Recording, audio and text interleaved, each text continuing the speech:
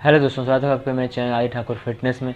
और आज मैं बात करने जा रहा हूँ कि बॉडी डीप साइंस के बारे में। और ये साइंस ये है कि कैसे आपकी बॉडी में एनाबॉलिक्स वर्क करते हैं। ठीक है, तो इसके बारे में हम लोग बात समझेंगे कि एनाबॉलिक्स जब बॉडी के अंदर जाता है, यानी हार्मोन्स, जब खासकर जो मेल हार्मोन्स टेस्टोस्टेरोन या उसके डेरिवेटिव्स हैं। डेरिवेटिव्स मतलब जो कि टेस्टोस्टेरोन से बनाए गए केमिकल्स हैं। ठीक है, जैसे टेस्टोस्टेरोन के जो केमिकल स्ट्रक्चर है उसमें आप कुछ चीज़ें चेंजेस कर देते हो तो आपको डीबॉल मिलता है।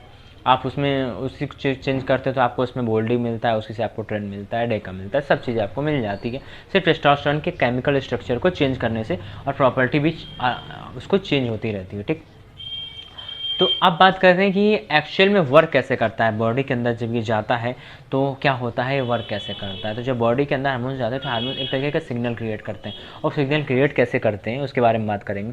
तो चैनल को में नए हो तो इसको सब्सक्राइब कर लो, बेल आइकन को प्रेस कर लो, क्योंकि यहाँ पर आपको एनाबॉलिक्स के बारे में ही नहीं बताया था कि इससे क्या होता है, उससे क्या होता है, उसके बीच की साइंस भी बताई जाती है कि कैसे वो बॉडी पर इफेक्ट करता है। हर एक चीज़ जो कि बॉडी बिल्डिंग में आपको ज़रूरत है, चाहे वो सप्लीमेंट के बारे में बात हो गई या किसी चीज़ के बारे में बात हो गई, सब चीज़ों के बारे में बात यहाँ पर की जाती है। ठीक है, यहाँ पर तो इस चैनल को सब्सक्राइब कर लो, बेल आइकन को प्रेस कर लो, मुझको इंस्टाग्राम पे आप फॉलो कर लेना। ठीक, तो और यदि आपको ऑनलाइन कोचिंग चाहिए तो आप मुझसे ऑनलाइन कोचिंग के लिए वहाँ पर बात कर सकते हो।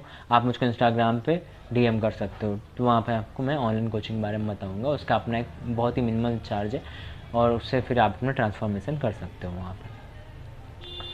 तो क्या होता है जब एनाबॉलिक्स बॉडी में जाता है, तो अब बॉडी में चाहे वो कैसे भी है, चाहे वो नेचुरली आए, चाहे वो एक्सटर्नली आए, या फिर जो इंटरनली बॉडी प्रोड्यूस करती है उसके बारे में। तो जैसे कि कोई बच्चा है, उसके बारे में मैं नेचुरली की बात करता हूँ। नेचुरली जब होता है तो क्या होता है, कोई बच्चा है, ठीक है, मान लो मेल चाइल्ड की बात करते हैं, तो मेल चाइल्ड की बात कर रहे हैं, तो वो है 12 साल का, 13 साल का। उससे पहले चूँकि वो मेल है, उसकी बॉडी जो है थोड़ा टेस्टोस्टेरोन बनाती रहती है, लेकिन वो बहुत ही कम अमाउंट में होता है, उससे उसको कुछ खास डिफरेंस नहीं फील होता है। ठीक है, बहुत ही कम होता है वो। और इवन में टेस्टिकल्स में बनता भी नहीं, इस तरीके से कह सकते हैं। वो फिर धीरे धीरे टेस्टिकल्स को एक्टिवेट होना चालू होते हैं, एज के हिसाब से डीएनए टेस्टिकल्स को एक्टिवेट करना चालू करते हैं, और फिर वो टेस्टोस्टेरोन बनने लगता है। तो जब टेस्टोस्टेरोन का एक पीक आने लगता है बॉडी में, तो क्या होता है, बॉडी टेस्टोस्टेरोन रिलीज़ करने लगती है। बॉडी टेस्टोस्टेरोन ब्लड में रिलीज़ करती है, तो ब्लड में हमारे क्या होते हैं, रिसेप्टर्स होते हैं डीएनए के अंदर। ठीक, या मसल्स के अंदर भी होते हैं, फैट के अंदर भी होते हैं, चूँकि सब जगह होते हैं रिसेप्टर। आपके मसल में भी हैं, आपके फैट में भी हैं, आपके बोन में भी, सब जगह रिसेप्टर्स हैं। तो सब पूरी बॉडी रिस्पॉन्स करती है हार्मोन्स के ऊपर। तो मसल्स खासकर कैसे रिस्पॉन्ड करती है, मसल्स के अंदर जब ये जाते हैं तो ये मसल्स के अंदर जो रिसेप्टर है, ठीक, सेल, अब समझ लो सेल के अंदर रिसेप्टर्स हैं, या आप ये समझ सकते हो डीएनए के अंदर रिसेप्टर बहुत ही डीप लेवल में जाते हैं। जब ब्रेक होते रहते हैं बहुत ही डीप लेवल में जाते हैं, तो ये उससे बाइंड होते हैं रिसेप्टर से। जो हार्मोन्स है का मॉलिक्यूल है वो आपस में क्या हो जाता है, बाइंड हो जाता है। केमिस्ट्री है यहाँ पर, समझना बात को, वो बाइंड हो जाता है। तो वो सिग्नल्स हैं, ये रिसेप्टर्स या हार्मोन्स एक तरीके के सिग्नल्स, वो सिग्नल्स वैसे तो मसल को सिग्नल्स आता है ग्रो करने का, मसल को सिग्नल आता है ग्रो करने का, तो मसल ग्रो करना स्टार्ट होती है। साथ ही में आपके ब्रेन में भी, चूँकि आपके ब्रेन में भी आपके फैट है, मसल्स हैं, ठीक है, ब्लड है, इन सब चीज़ों से मिलकर ब्रेन बना हुआ है। तो हार्मोन्स आपके एक बैरियर होता है, एक बैरियर होता है, ब्लड ब्रेन बैरियर। ठीक, तो जो कुछ ब्लड में है जरूरी नहीं वो ब्रेन में आ जाए, एक बैरियर है, उसको हर एक चीज़ पास नहीं कर पाती, लेकिन हार्मोन्स उसको पास कर जाता है। तो हार्मोन्स में ब्लड को पास करके आपके ब्रेन के अंदर एंटर कर जाता है। तब इससे क्या होता है कि आपके सोचने की जो चीज़ें हैं वो चेंज होने लगती हैं। आपके लोगों को देखने का जो नज़रिया है, खासकर अपोजिट जेंडर को देखने का जो नज़रिया वो चेंज होने लगता है, जो कि पहले ऐसा नहीं होता। जब बच्चा होता है 10-12 साल का, 8-9 साल का, तो उसके साथ ऐसा बिल्कुल नहीं होता। ठीक है, उसके लिए सब लोग एक ही जैसे होते हैं। और मैं बदतमीज़ बच्चों की बात नहीं कर रहा हूँ, मैं अच्छे बच्चों की बात कर रहा हूँ। ठीक है, वो बच्चा जैसे कि हमारे टाइप के लोग जैसे रहते थे, ठीक है, अब तो ज़माना ऐसा बदल रहा है, खासकर मोबाइल ऐसा बर्बाद कर रहा है लोगों को कि क्या होने वाला है या क्या होगा उसकी तो मैं बात नहीं कर सकता। लेकिन ये है कि जो हकीकत हमारे साथ गुजरी हम उसकी बात बताते हैं।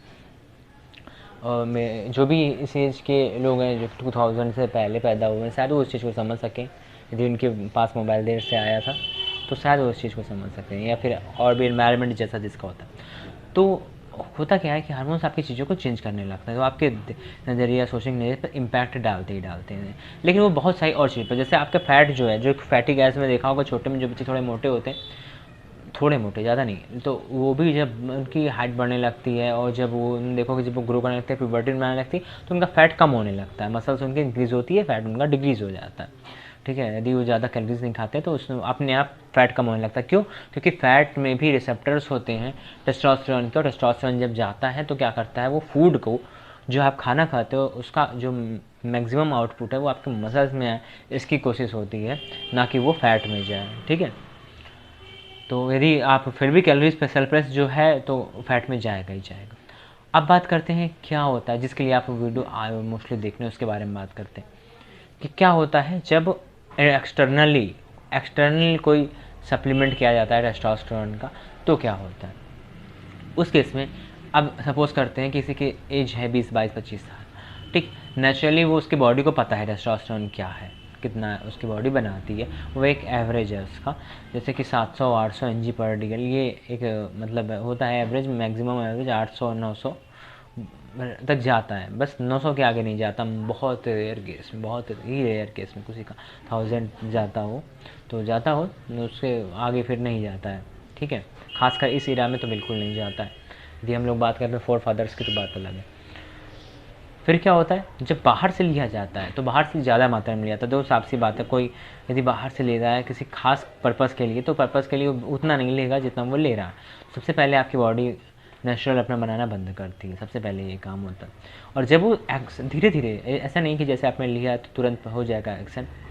मैंने बताया जब आप बाहर से लेते हो तो क्या होता है उसमें कि फिर एस्टर भी अटैच होता है, तो धीरे धीरे वो ब्लड में जाता है। उसके जो ईस्टर होते हैं, जो भी इनथेट है, जो भी सिपनेट है, डेकोनेट है, एंडेकोनेट है, जो भी उसके ईस्टर जो अटैच हैं वो डिटैच होते हैं, और फिर वो जो टेस्टोस्टेरोन है वो आपके सेल्स से कंबाइंड होता है, आपके जो रिसेप्टर्स हैं उनसे कंबाइंड होता है। जब आपके वो रिसेप्टर से कंबाइंड होता है जाके, तब वो अपना इफेक्ट देना चाहते हैं। जैसे इंक्रीज़ होते हैं तो टेस्टोस्टेरोन इंक्रीज़ होता है तो भाई काम वही करता है, लेकिन ज़्यादा उसमें ज़्यादा मसल्स बनना चालू कर देती हैं, ज़्यादा आपका फ़ैट लॉस, तो मैं नहीं कहूँगा कि ज़्यादा फ़ैट लॉस होना चालू हो जाता है, लेकिन ये है कि हाँ थोड़ा आप थोड़ा अच्छा फील करने लगते हो, थोड़ा सा सेंस ऑफ फीलिंग जो है वो गुड हो जाती है।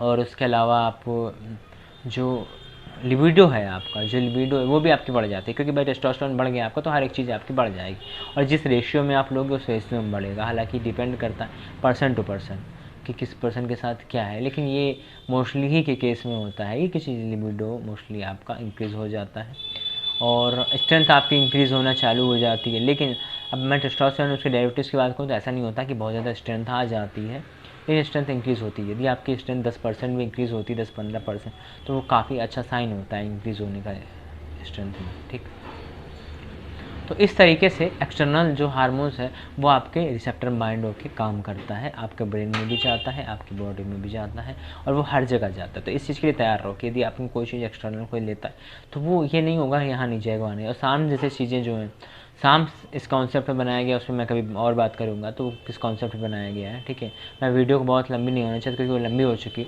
ऑलरेडी। तो आई होप कि आपको समझ में ये आया है कि कैसे ये टेस्टोस्टेरोन जो है हमारी बॉडी के अंदर, टेस्टोस्टेरोन हो, बोल्डी हो। अब देखो होता क्या है, जैसे कि किसी ने टेस्टोस्टेरोन लिया, उसने बोल्डी भी लिया, उसने और भी दूसरी चीज़ें ली, तो अब बोल्डी उस रिसेप्टर से इंगेज नहीं होगा जिससे टेस्टोस्टेरोन इंगेज हो रहा है। तो लोग अलग अलग क्यों लेते, लोग एक ही नहीं लें, लोग ऐसा नहीं होता। क्यों ऐसा नहीं होता? क्योंकि जब हम लोग के रिसेप्टर अलग अलग टाइप के हैं, बहुत डिफरेंट टाइप के हैं। अब यदि कोई और खोज लिया जाए, हार्मोन्स को नया बना लिया जाए, जो कि बनाया जा सकता है, लेकिन अब साइंटिस्ट इस पर इतना रिसर्च करते नहीं हैं क्योंकि अब इस पर इतनी नीड नहीं। वो समय था जब सरकार सपोर्ट करती थी कि ज़्यादा से ज़्यादा ऐसी चीज़ें बनाई जाए जिससे एथलीट्स बहुत अच्छा रिस्पॉन्स करे, रशिया को हराने में अमेरिका के एथलीट्स बहुत अच्छा करें, ऐसे स्पॉन्सर किया था तब बनाए जाते थे। अब स्पॉन्सर बंद हो गया, इलीगल घोषित कर दिए गए यूएस में, तो चीज़ें बनानी बंद हो गई। इंडिया में तो जानते हो जो चीज़ बनी थी बस उसी का यूज़ करते हैं, और वही बहुत है इस टाइम के लिए। यदि कोई नई चीज़ ऐसी बनाई जा सकती है, ऐसी कोई बात नहीं अभी बनाई नहीं जा सकती, बनाई जा सकती। यदि बनाई जाएगी तो वो किसी अलग नए रिसेप्टर्स के लिए, किसी अलग नए रिसेप्टर्स के लिए काम कर सकती। तो देखो हम जैसे देखा है कि बोल्डी का अलग काम होता है ना, डेका का अलग काम हो गया, आपका टेस्टोस्टेरोन का अलग, ट्रेन का अलग काम। तो कौन किसके साथ कितना इंगेज करता है, किस रिसेप्टर के साथ किसकी मेल बैठती है, सब अलग अलग रिसेप्टर्स हैं। कितना भी टेस्टोस्टेरोन ले लो सारे रिसेप्टर के साथ नहीं घुल मिल जाएगा। ठीक है, तो बोल्डी के अलग रिसेप्टर्स हैं, आपकी बॉडी में रिसेप्टर्स हैं ऑलरेडी, बहुत सारे रिसेप्टर्स हैं जो कि अलग अलग चीज़ों पर अलग अलग तरीके से रिएक्ट करते हैं। तो इसलिए कई चीज़ों का मिक्सअप लिया जाता है, और ऐसा भी नहीं कि मिक्सअप ऐसे ही अपने मन से उठा के बना दिया जाता है। पर्टिकुलर साइकिल में जो भी जैसे हम लोगों का एम होता है उस तरीके के एम के हिसाब से हम लोग चीज़ें यूज़ करते हैं। उसका अपना एक गोल होता है, पर्सन के हिसाब से भी उस मिक्सचर को बनाया जाता है कि किस तरीके का मिक्सचर किस पर्सन को देना चाहिए, किस तरीके की कोई चीज़ कौन यूज़ करेगा। इस तरीके से ये चैनल कभी भी किसी भी चीज़ को एक्सटर्नली कोई भी आप जैसे यूज़ करते हो बिना गाइडलाइंस के या बिना डॉक्टर के प्रिस्क्रिप्शन के उसको रिकमेंड नहीं करता है। ठीक, इस चीज़ को आप ध्यान में रखो कि आपकी जो सेफ्टी है वो आपकी सेफ्टी ही सबसे अच्छी है, और कोई भी आप ऐसा काम मत करो जो कि इलीगल हो। ठीक, तो ये कहना चाहिए और क्या मैंने, और मिलते हैं अगली वीडियो में, तब तक के लिए goodbye and take care.